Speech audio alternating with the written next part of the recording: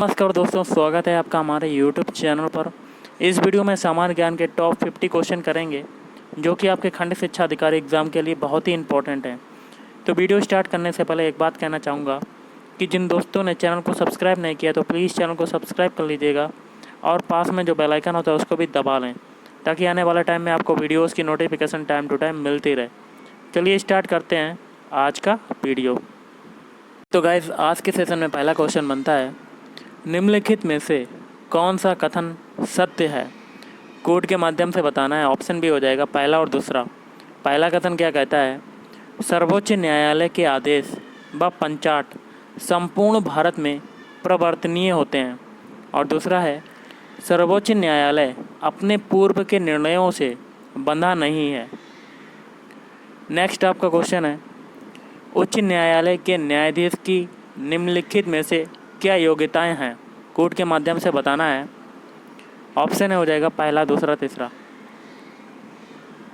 पहला क्या कहता है कि भारत का नागरिक होना चाहिए, और दूसरा क्या कहता है कम से कम 10 वर्ष तक न्यायिक पद धारण किए होना चाहिए, और तीसरा कहता है 62 वर्ष से अधिक का नहीं होना चाहिए।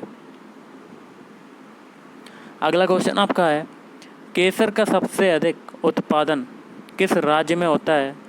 ऑप्शन बी, जम्मू कश्मीर राज्य में होता है। अगला आपका दोस्तों क्वेश्चन बनता है, किसी व्यक्ति द्वारा पूर्ण प्रतिबिंब देखने हेतु समतल दर्पण की न्यूनतम लंबाई क्या होगी?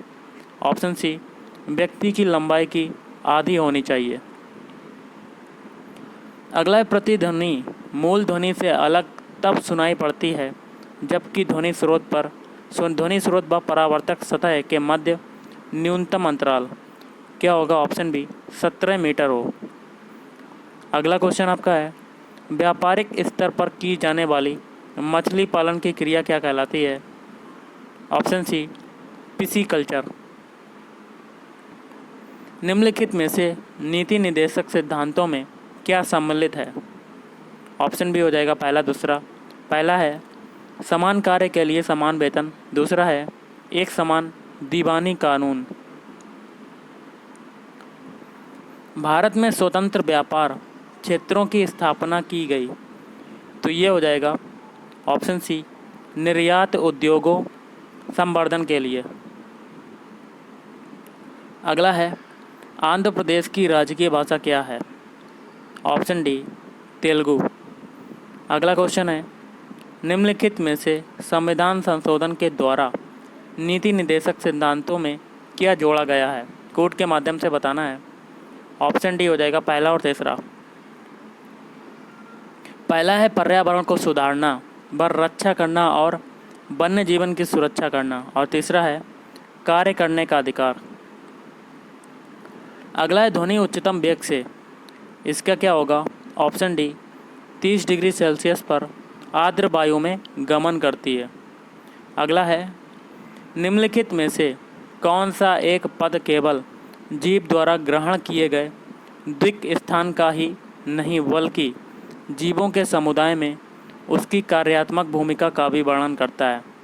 ऑप्शन डी, आवास क्षेत्र। अगला है, नाइट्रिक अम्ल 95% को इसके तनु विलयन डाइल्यूट सॉल्यूशन से निम्नलिखित विधि से प्राप्त किया जा सकता है?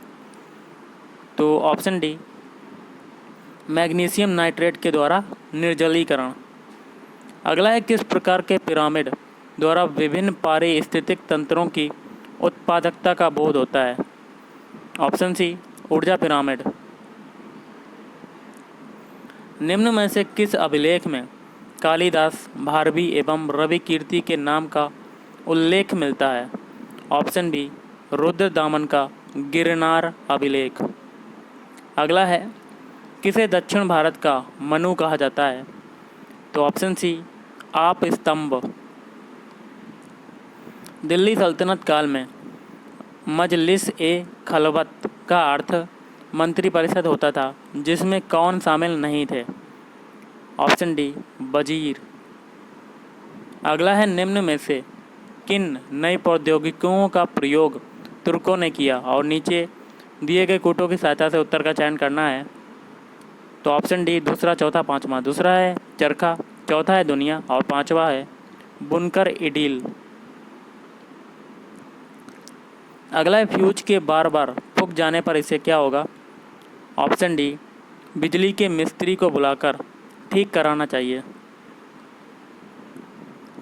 अगला है किसी झील की बर्फ़ जमी ऊपरी सतह का ताप 15 डिग्री सेल्सियस हो तो इसके ठीक नीचे झील में जल और कोष्ठक में बर्फ़ के संपर्क की जल सतह का ताप क्या होगा? Option A 0 degree Celsius. अगला है फ्यूजियामा ज्वालामुखी किस देश में है? Option D Japan. साबुन के बुलबुले को श्वेत वर्णी प्रकाश में देखने पर उनमें अनेक रंग दिखाई पड़ते हैं, ऐसा क्यों होता है? तो ऑप्शन बी बुलबुलों द्वारा परावर्तित प्रकाश के व्यतिकरण के कारण होता है। अगला है एक समान गति से घूर्णित सॉफ्ट में धागे से एक गेंद बंधी है। सॉफ्ट के अचानक रुकने पर धागा सॉफ्ट पर लिपटने लगता है और गेंद का कोणीय वेग क्या हो जाएगा? ऑप्शन ए बढ़ जाएगा। अगला है दो पारिस्थितिक तंत्रों के मध्य के संक्रमण क्षेत्र को कहते हैं। ऑप्शन सी इकोटोन कहते हैं।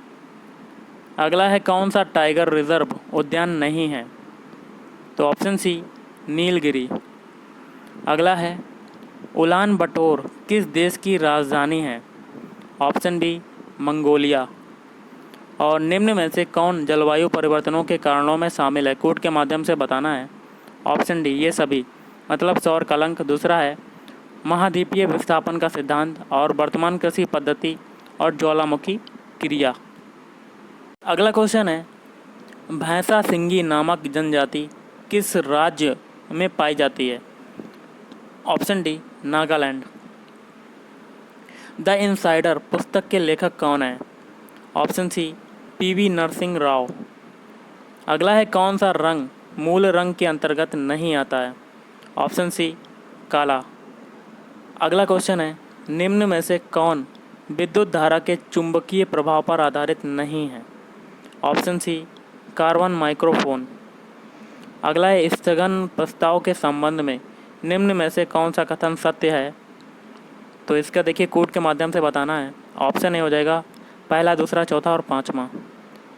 पहला है यह एक असाधारण प्रक्रिया है जिसमें सदन के सामान्य कामकाज को दरकिनार कर दिया जाता है। और दूसरा है इसका मुख्य उद्देश्य वर्तमान के लोक महत्व के किसी अत्यंत महत्वपूर्ण मुद्दे की ओर सदन का ध्यान आकृष्ट करना होता है।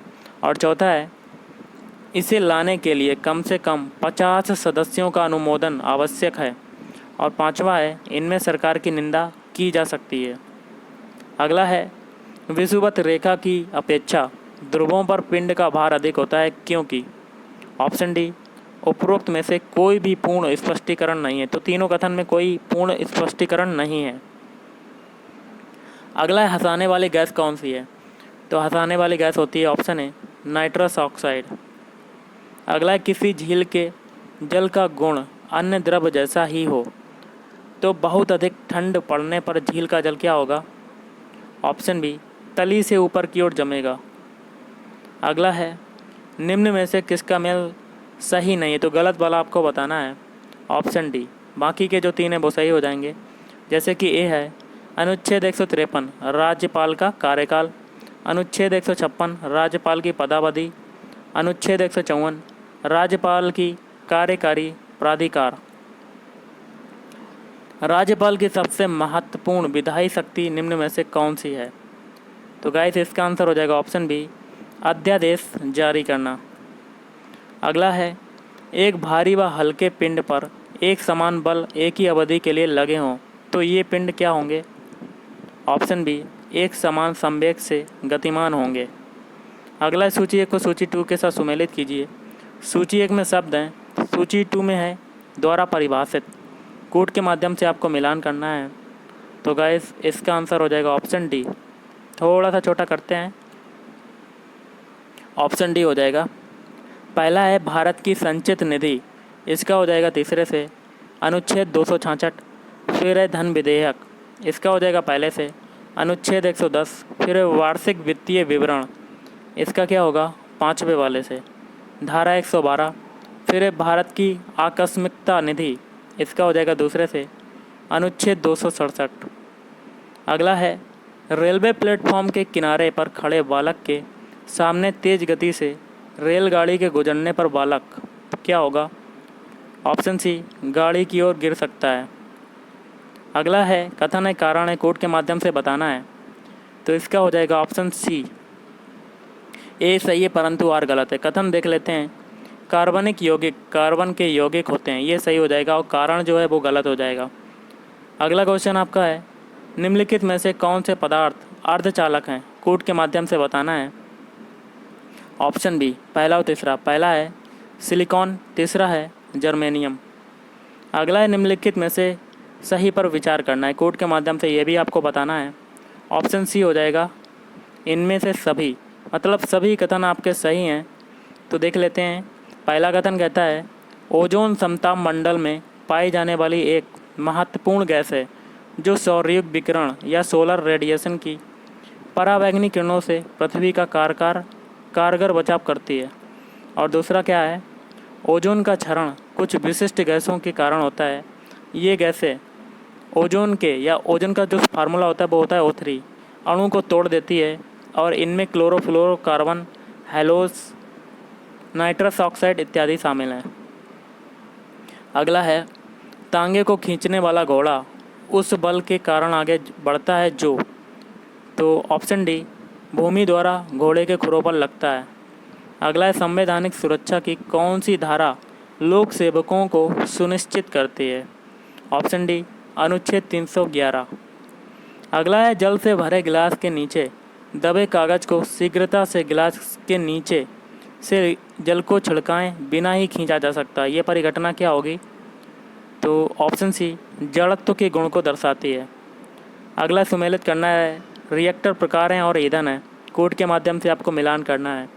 ऑप्शन बी आपका आंसर हो जाएगा। थोड़ा सा छोटा कर लेते हैं। पहला है दाबित जल रिएक्टर, उसका हो जाएगा चौथे से।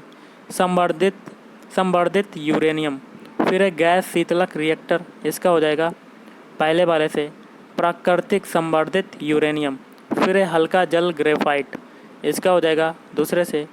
संवर्धित यूरेनियम, फिर है दाबित भारी जल रिएक्टर, इसका हो जाएगा तीसरे से। प्राकृतिक यूरेनियम। अगला है निम्नलिखित उच्च न्यायालयों व उनके क्षेत्रीय क्षेत्राधिकारों से कौन से सुमेलित हैं, कोड के माध्यम से बताना है। ऑप्शन बी, पहला हो जाएगा इलाहाबाद उत्तर प्रदेश, फिर दूसरा हो जाएगा चेन्नई तमिलनाडु व पुदुचेरी, और फिर है लास्ट केरल, जो कि हो जाएगा केरल व लक्षद्वीप। अगला क्वेश्चन है निम्न में से कौन सा एक अंतरिक्ष यान है। Option B, Cassini. और आज का लास्ट है किसकी परत वायुमंडल में होने से ग्रीन हाउस का प्रभाव होता है, तो ऑप्शन है कार्बन डाइऑक्साइड। तो गाइस आज के इस वीडियो में इतना ही। अगर आपको वीडियो पसंद है वीडियो को लाइक करें, शेयर करें और चैनल को भी सब्सक्राइब करें। Thank you.